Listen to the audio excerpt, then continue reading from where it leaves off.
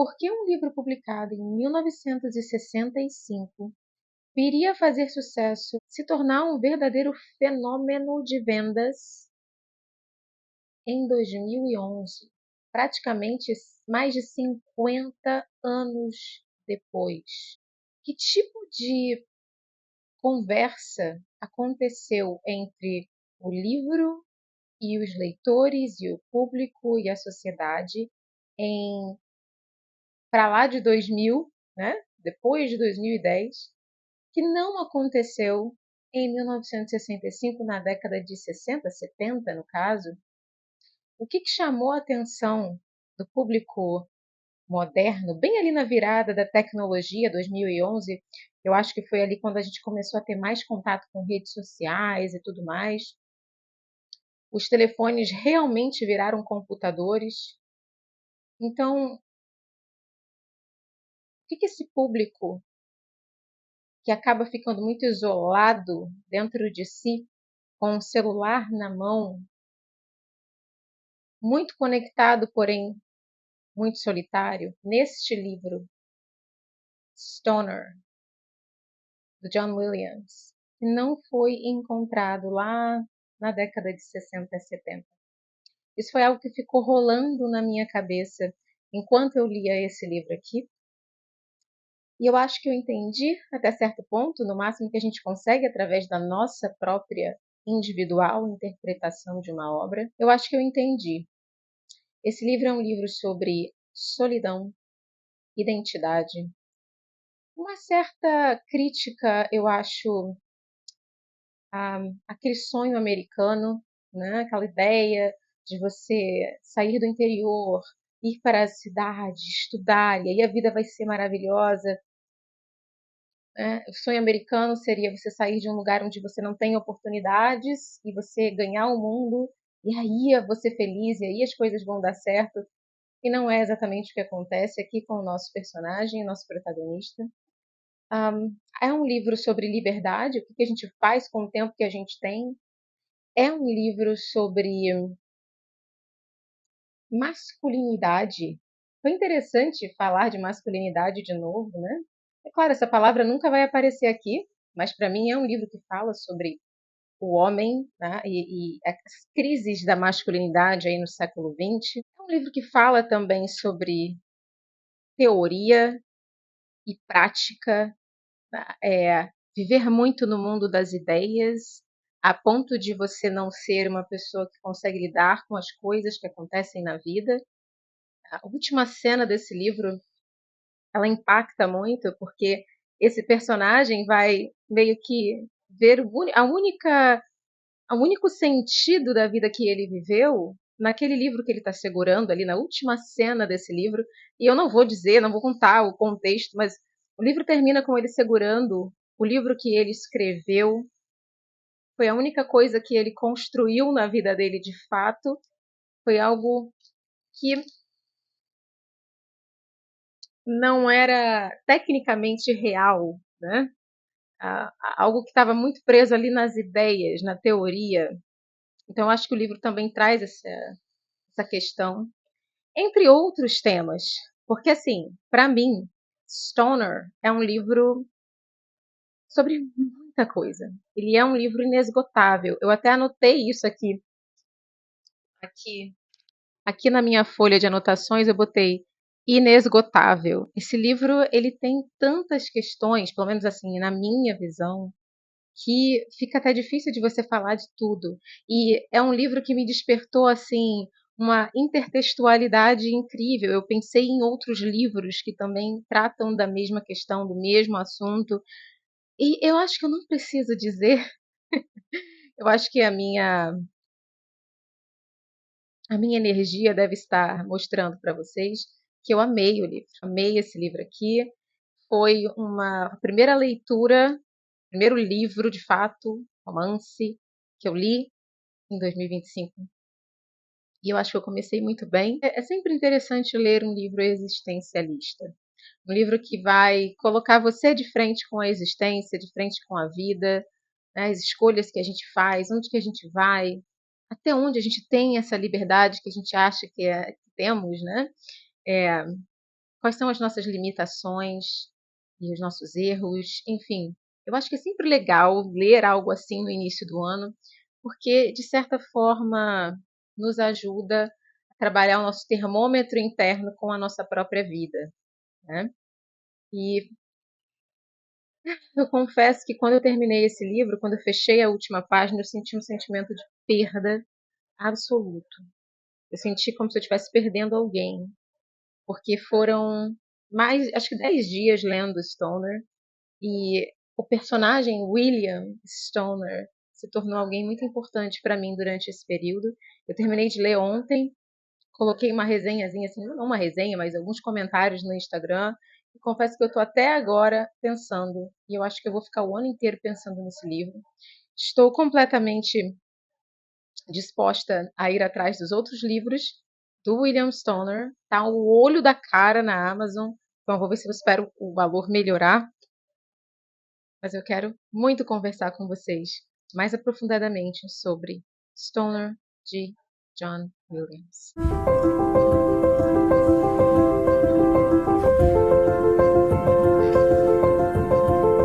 Stoner foi publicado em 1965 pelo grande autor John Williams, que foi um homem que vivenciou a vida em todas as suas bases, a gente pode dizer. Ao mesmo tempo que ele foi um professor de literatura, um escritor, ele também foi um cara que veio do interior, veio de uma vida talvez assim, com um trabalho mais físico, né? E ele foi à guerra, se não me engano, foi a Segunda Guerra Mundial, ele foi à Segunda Guerra Mundial, ele esteve em vários lugares diferentes durante a Segunda Guerra, ele teve algumas fofocas bem grandes aí na vida profissional dele. Ele foi acusado de plágio em um certo momento. E eu acho que ele bota um pouquinho dessa fofoca acadêmica dentro desse livro, porque o nosso protagonista Stoner também é um professor de literatura. Então ele mostra como que funciona essas intrigas internas dentro da academia. E isso foi bem interessante e divertido de ler, porém um tanto angustiante. O livro é narrado em terceira pessoa. É uma história de ficção biográfica, então você está conhecendo um personagem como se você realmente estivesse conhecendo a vida dele.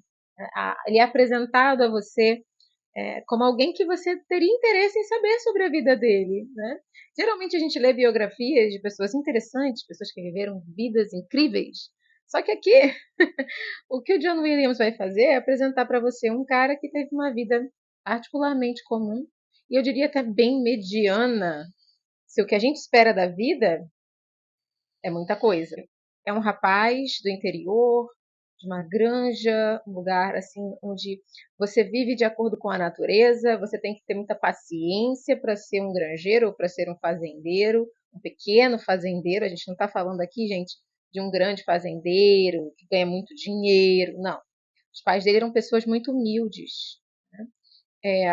E ele sai, ele tem a oportunidade de ir à faculdade, de ir à universidade, frequentar uma universidade, a princípio para se formar em agronomia, que teria tudo a ver com o trabalho na fazenda dos pais dele, na granja dos pais dele. Só que no meio do curso ele acaba se apaixonando por literatura. E ele vai se entregar a esse mundo completamente, vai se tornar um professor, vai casar com uma mulher que na verdade não queria casar com ele, foi mais uma coisa de oportunidade, né? Foi uma situação meio oportunística. Ele se apaixonou, mas a moça simplesmente só talvez queria casar e acaba casando. Esse relacionamento não é um relacionamento feliz, mas eles têm uma filha.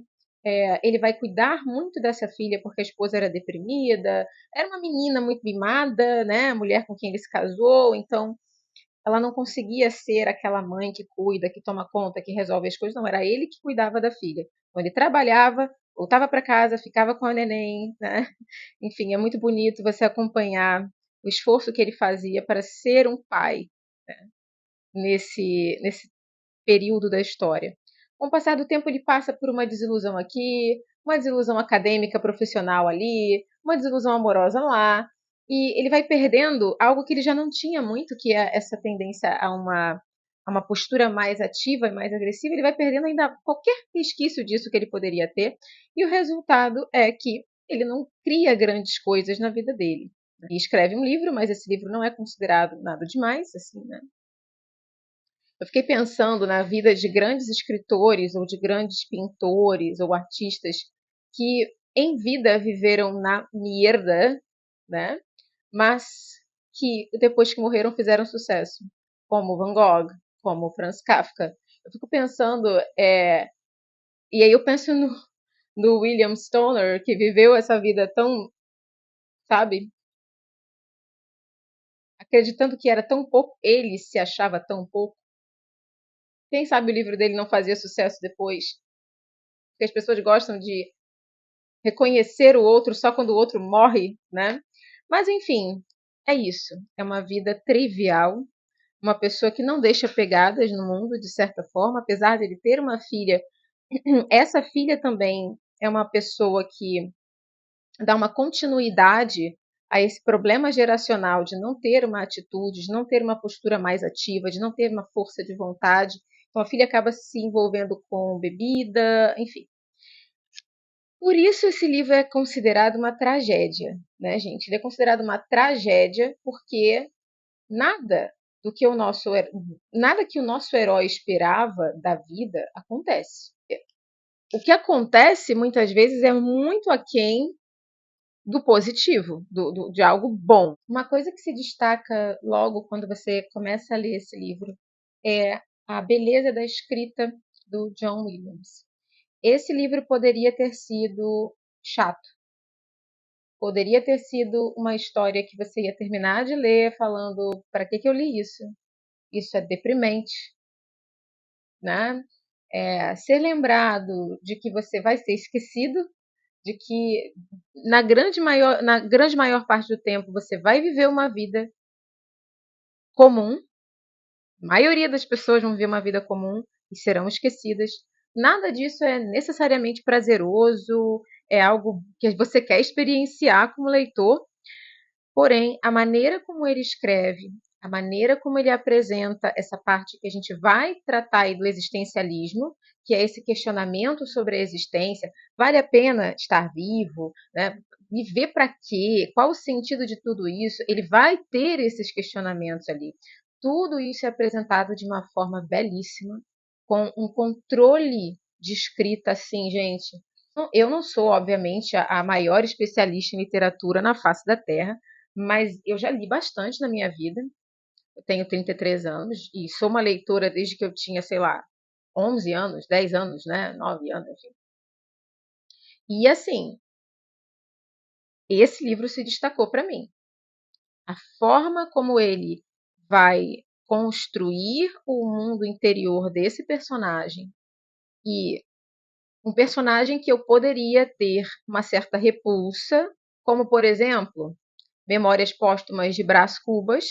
Eu tive repulsa ao Brás Cubas o tempo inteiro em que eu li aquele livro. Isso não acontece com William Stoner. Pelo contrário, eu eu criei um vínculo com esse personagem e, assim, minha opinião, quando alguém consegue te contar uma história com um personagem que não tá fazendo tudo bonito na vida, ele, sabe? Você não dá para você admirar aquele cara totalmente e não dá para você admirar totalmente o Stoner, porque em vários momentos da vida deu a oportunidade a ele e ele não aceitou a oportunidade por uma questão de baixa autoestima, e eu já vou falar sobre isso, porque isso entra nos temas que eu identifiquei no livro. A autoimagem muito depreciativa dele atrapalhava a vida dele. Então, assim, você vai admirar, nossa, que grande herói. Ele não é um herói. E ele não é um protagonista na própria vida, tá? Essa é a história de um cara que todo mundo foi protagonista, menos ele. Isso é triste. Mas isso é feito de uma forma tão é, com um nível de descrição, de amorosidade na forma como ele vai tecendo a personalidade desse personagem. Achou que a vida dele ia ser aquilo ali, trabalhar na fazenda, como os pais dele trabalharam. Ele não esperava muito da vida, né? Então, assim, a forma como ele vai tecendo essa narrativa é que é mágica, é que é encantadora, né? Que faz você se apaixonar, pelo menos eu, obviamente, né? Que me fez realmente sentir por esse personagem, me envolver com ele, me apaixonar por ele, a ponto de, como eu falei na introdução do vídeo, quando eu terminei o livro, eu senti um sentimento de perda, né? Eu realmente senti aquela perda. Isso não é comum para mim. Por mais que eu seja uma leitura intuitiva, emotiva e tal, é, fechar um livro não é dificuldade para mim, mas foi difícil fechar esse livro. Talvez porque eu ainda esperasse que alguma coisa fosse acontecer. Isso não acontece. Essa é a sacada do livro, né? Enfim, mas eu realmente fiquei muito admirada com a maneira que, apesar de contar uma história difícil de engolir, você acaba se tornando completamente cativo da história, do enredo e do personagem. O Stoner é aquilo que a gente tem medo de ser.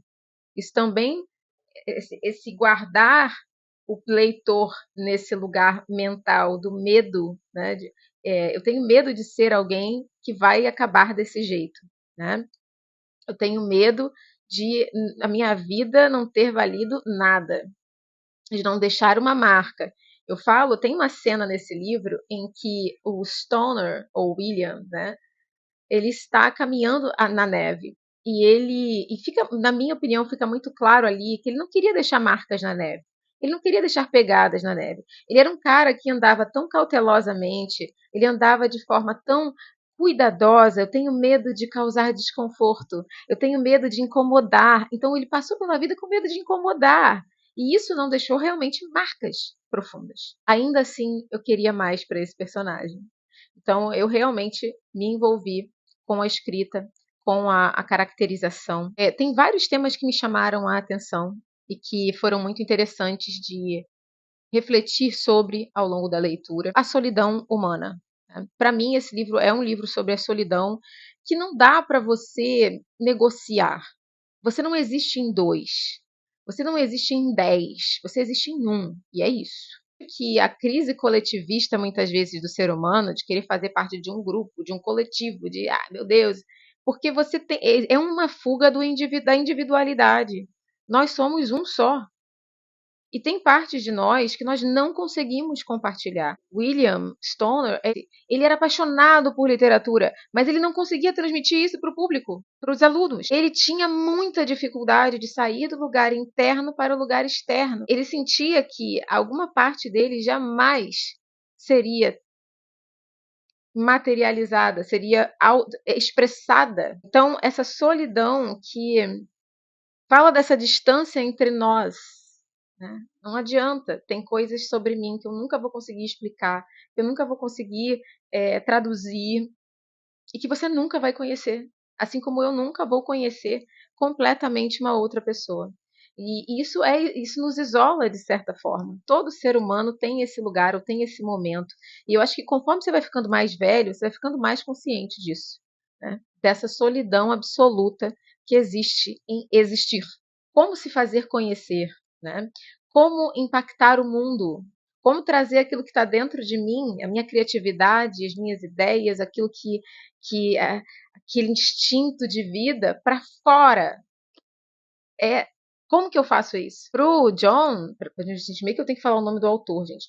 Para o William, isso é muito difícil, a ponto de ele não conseguir, muitas vezes, expressar-se. Né? Outro tema que eu acho que o livro aborda é a covardia e o medo. Né? Essa coisa do se resignar, do se esconder, do se isolar. Né? A Clarice Lispector diz em Perto do Coração Selvagem, o medo nos isola. E você vê isso aqui. Ele era um cara que tinha um certo medo da vida, uma certa hesitação perante a vida. E isso o isolava. E outro autor brasileiro que eu acho que traduz um pouco do que faltava ao Stoner é o João Guimarães Rosa, quando diz: o que a vida quer de você é coragem. E é exatamente o que ele não tinha para oferecer. Então, o que vai acontecer se você não tem coragem? Né? Aqui acontece uma situação em que ele tem uma oportunidade de ser o coordenador de uma área na faculdade, algo do tipo, e eu não estou nem pensando nisso, eu não estou interessado nisso. Só que mais à frente, ele começa a ser perseguido por esse cara que acaba entrando no cargo que teria que ser dele. Se ele tivesse absorvido com coragem aquele novo desafio, ele não teria sido perseguido para o resto da vida por aquele outro cara que não gostava dele. Então você vê aqui a necessidade da coragem de viver que falta a William Stoner. Um outro ponto é a idealização do intelectual, na minha opinião. Eu acho que o autor ele vai mostrar que essa idealização de você ser um acadêmico, né, que a vida de acadêmico, a vida intelectual, ela é melhor do que a vida na fazenda, né, sabe? Ou a vida ou um trabalho mais ah, operacional, é melhor, você ser um pensador, eu acho que tem uma certa crítica aqui a essa visão. Um outro tema, eu acho que é aquela coisa do quem é o senhor do seu destino? Quem faz o seu destino? É porque as coisas acontecem a você ou é porque você não faz o que você deveria ter feito? Né? Jung dizia: você vai agir com o seu inconsciente e vai chamar isso de destino. Ou seja, a gente vai tomar algumas atitudes na nossa vida baseado nos nossos traumas, nas nossas, é, nos nossos possuidores, né, os nossos demônios internos, e a gente vai dizer, foi o destino que fez assim, foi a vida me traiu. o Stoner fala isso em um determinado momento, né? Fala não, ele pensa isso. O único lugar onde a vida não me traiu foi na literatura, foi os livros, né? Ele sentia que a vida o traiu, mas será que não foi ele que traiu a vida também? Então, essa coisa do senhor do seu destino vem de um poema que se chama Invictus. E eu queria ler para vocês essa citação do poema, porque ela é simplesmente maravilhosa. Não importa quão estreita a passagem, quantas punições ainda sofrerei. Sou o senhor do meu destino e o condutor da minha alma, ou o capitão da minha alma. Poema de William Henley. E ele ficou muito famoso porque o Nelson Mandela, se eu não me engano, ele proferiu, né? Ele citou esse poema quando ele foi liberto. Isso me fez lembrar. Esse poema veio na minha cabeça enquanto eu estava lendo o livro e eu pensei no Capitão Ahab de Moby Dick, que vai caçar a baleia, que vai morrer, vai caçar a baleia. Não interessa se ele vai morrer, se o mundo vai afundar, ele vai fazer o que ele quer fazer, né? Eu pensei no Frodo tendo que carregar o anel, carregando o anel pesado para Mordor. Eu pensei em Santiago de O Velho Mar, que volta para pescar o seu peixe. Eu pensei em Aquiles indo buscar a glória na guerra. Pensei em Odisseu voltando para casa, passando por toda aquele drama para chegar de novo em casa. Então eu pensei nos heróis. E todos os heróis disseram em algum momento na vida deles: eu sou o capitão da minha alma, eu sou o senhor do meu destino. Então, o problema de William Stoner é que em nenhum momento ele se sente como o senhor do seu destino por uma questão de autoestima, tá? Não era livre. Apesar de ser livre externamente, dentro dele ele era aprisionado por uma série de medos, de autoflagelos, de autocríticas, né? Ele fala em vários momentos no livro, ele tem comentários depreciativos sobre ele mesmo. Então ele era prisioneiro dentro dele. Isso tornou muito difícil essa percepção que tende a haver, quase às vezes agressiva, de eu vou ter aquilo, eu vou fazer aquilo, eu vou ser o senhor da minha história. Né? Que em muitas partes é você ter coragem, às vezes, de negar o que uma outra pessoa quer, é você botar o pé firme quando você quer ser de uma profissão ou trabalhar com alguma coisa. Enfim, são essas escolhas que definem quem é o herói da sua história. E por isso ele não é o herói da sua história aqui. Porque em vários momentos ele não tomou o seu destino para si. Então ele chegou atrasado para a própria vida dele. Tem vários momentos na história em que ele chega atrasado, assim, né? E para mim o autor está dizendo, ele chegou atrasado para viver. Outro tema do livro, na minha opinião, é claro, é o ser e o nada. É aquela coisa sartreana, é aquela coisa absurdista ali do Albert Camus, é aquela coisa Macbeth. Peraí, que eu preciso ler, gente. Eu sempre quis ler essa citação. A vida é só uma sombra, um mau ator.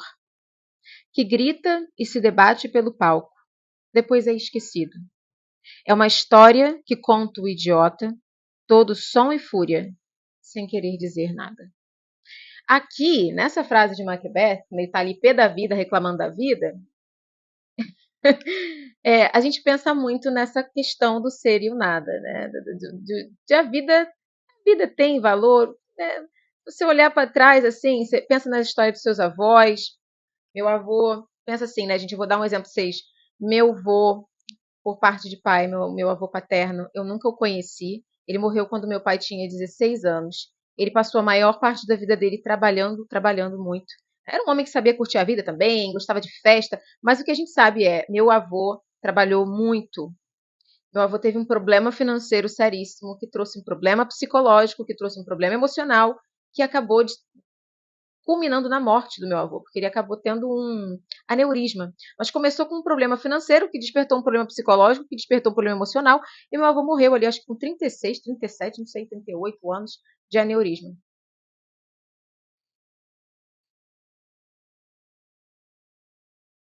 Essa é a história do meu avô, que eu nunca conheci. Então, assim, quando a gente para olhar para a vida com esse olhar existencialista, o que é a vida? Né? Será que para que serviu tudo isso? Entende? Esse é o grito desesperado de Macbeth aqui. Esse é o grito desesperado de Albert Camus em O Mito de Sísifo, que eu estou lendo, e parecia que eu estava lendo O Mito de Sísifo e lendo o William Stoner aqui, eu tô todo mundo dialogando, né? Todo mundo querendo me fazer infeliz. Tô brincando, porque eu gostei do livro, gente, mas olha, não é fácil. Esse nível aqui de questionamento da existência, por isso que eu falei, você tem que estar num bom lugar emocional. Página 56 de O Mito de Sísifo. Viver sob este céu sufocante nos obriga a sair ou ficar. A questão é saber como se sai, no primeiro caso, e por que se fica no segundo. Ou seja, por que se fica? E é por isso que eu ainda me apaixonei por William Stone. Porque ele fica. Ele não abandonou sua esposa, ele cuidou da filha na infância, na primeira infância da filha, quando a mulher não cuidava da filha. É, ele busca ser um bom professor para os seus alunos. Em um certo momento ele diz: agora eu sei como que é transmitir o amor pela literatura. Ele fica. Ele, apesar de tudo, ele fica. Ele não escolheu sair da vida, ou seja, o suicídio. Ele escolheu, apesar de muitas vezes não entender o sentido, ele ficou. Eu acho que às vezes é o que a gente pode pedir. É, é a única coisa que a gente pode pedir. Que em face dos absurdos, das coisas que você não tem como entender, por que acontecem do jeito que acontecem, você ainda ficar. Você escolher. Talvez exista coragem aí, em continuar. Eu falei, eu acho que é um livro que também toca na questão da masculinidade, tá? É, esse homem do século XX, esse homem que muitos foram à guerra, viram homens morrer na guerra, outros não foram para a guerra e se sentiam diminuídos por não terem ido à guerra. É um homem que a mulher estava começando a ocupar vários espaços que antes eram masculinos. Então, qual é a minha função? Para que eu existo? Eu acho que de forma muito, assim, muito subtextual existe a questão da masculinidade nesse livro. E quando eu olho para as outras obras publicadas pelo John Williams, que eu quero ler, eu já li sinopse, já vi alguns vídeos, eu acho que ele tinha como tema masculinidade. E o homem perdido. O que dá sentido a um homem no seu lugar de masculinidade? Que inclusive é o mesmo homem que é abordado pelo Ernest Hemingway em O Sol Também Se Levanta. O que sobra da masculinidade a partir do século XX, a partir de tudo que se vivenciou ali, desse esgotamento que a guerra trouxe, que as duas guerras, duas guerras mais outras guerras, no caso dos Estados Unidos, né? Meus amores, justamente quando eu estava terminando o vídeo, eu tive que resolver algumas coisas aqui, a vida interferiu na gravação. e eu tive que interromper, mas retornei para a gente poder realmente finalizar esse vídeo sobre Stoner.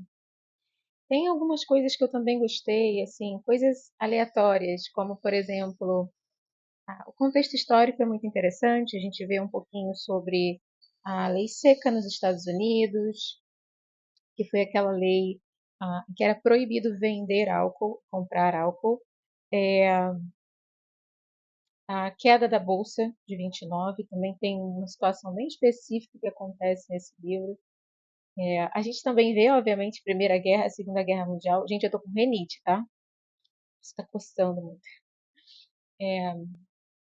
E tem algo muito interessante na forma como o escritor, ele trata mais, o narrador no caso, ele trata mais, ele usa o nome William e o nome Stoner. Tem momentos em que ele usa o William, e é quando você tem um personagem, o personagem sendo mais impulsivo, mais afetivo, ah, mais apaixonado. E ele usa o stoner, né, stone, pedra, ou dopado, né, adormecido, quando o personagem está se distanciando das coisas e lavando as mãos na própria vida. Eu achei que foi bem de propósito, não acredito que é algo que o autor fez ao acaso. Destacar o William e Stoner em momentos diferentes, usando o narrador, fazendo com que o narrador use nomes diferentes, como se ele realmente tivesse esses dois lados dialogando dentro dele, como todos nós, né? É a dualidade. É isso, gente. Eu vou deixar o link para compra desse livro, caso você tenha se interessado, aqui abaixo. Quando você compra pelo meu link, você me ajuda, porque eu sou associada da Amazon. Um beijo. A gente se vê no próximo vídeo.